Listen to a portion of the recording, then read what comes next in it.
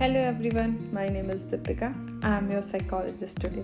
तो आज हम बात करेंगे हाईली सेंसिटिव इंडिविजुअल और वनरेबल नार्सिसिस्ट्स के बारे में। तो जो वनरेबल नार्सिसिस्ट होते हैं, जब हम उनको पहली बार उनसे बात करते हैं या उनसे मिलते हैं तो हमें ऐसा लगता है कि they are very highly sensitive individual. But जब हम उनको थोड़ा करीब से जानते हैं तो हमें समझ में आता है कि नहीं, दे आर नार्सिसिस्ट।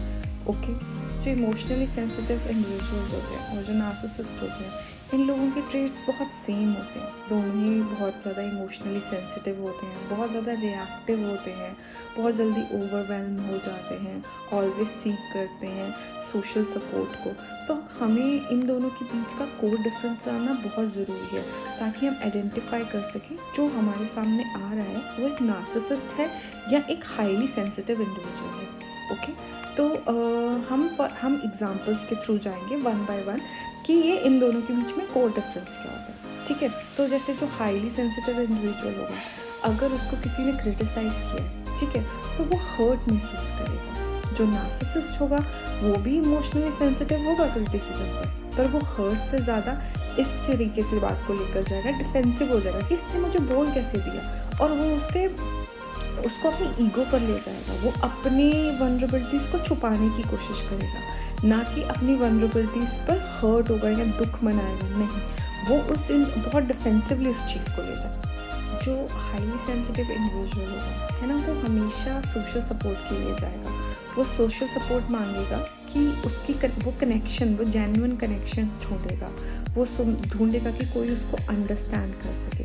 पर जो नार्सिसिस्ट होगा वो चाहेगा कि कोई उसके कॉन्फिडेंस को बूस्ट कर सके। समझ रहे हो, कोई उसकी नार्सिसिज्म को बूस्ट कर सके, कोई उसको बार बार रीअश्योरेंस प्रोवाइड कर सके। ये इन लोगों के बीच का कोर डिफरेंस हो जाएगा। जो हाईली सेंसिटिव इंडिविजुअल होगा ना, वो बहुत जल्दी ओवरवेल्म हो जाएगा। अगर कोई ऐसा स्ट्रेसफुल इन्वायरमेंट होगा उसके साथ तो वो ओवरवेल्म हो जाएगा, और ओवरवेल्म होने की वजह से वो उस सिचुएशन से विड्रॉ करने की कोशिश करेगा। बट जो नार्सिसिस्ट होगा वो भी विड्रॉ करेगा, पर इसलिए नहीं कि वो ओवरवेल्म हो रहा है, इसलिए because he wants to protect himself. ठीक है, क्योंकि वो क्रिटिसिज्म नहीं लेना चाहता, वो अपनी ईगो को बचाना चाहता है। बिकॉज यू नो, नार्सिसिस्ट की ईगो बहुत ज़्यादा फ्रेजाइल होती है, तो वो हमेशा अपनी ईगो को बचाने की कोशिश करेगा, इसलिए वो विड्रॉन करेगा। वो हाईली सेंसिटिव इंडिविजुअल होगा ना, वो बहुत ज़्यादा ओपन होगा एम्पैथी के लिए। वो लोगों के साथ जेन्युइन कनेक्शन बनाएगा, जैसे मैंने पहले भी बात की कि बहुत ज़्यादा जेन्युइन कनेक्शन बनाएगा। वो उनके दुख को समझेगा, उनकी फीलिंग्स को समझने की कोशिश करेगा, उनको वो अंडरस्टैंडिंग प्रोवाइड करने की कोशिश करेगा और उनसे वो अंडरस्टैंडिंग मांगेगा भी। बट जो नार्सिसिस्ट होगा वो जो भी एक्शंस करेगा वो अपनी सेल्फ इमेज बनाने के लिए करेगा। समझो, लाइक उसका इमेज, उसका पर्सोना बनाने के लिए करेगा, ना कि किसी जेन्युइन कनेक्शन के लिए नहीं। अगर उसकी एम्पैथी भी होगी वो जेन्युइन नहीं होगी, वो जस्ट टू लाइक अपने पर्सोना को बूस्ट करने के लिए बनाई गई होगी।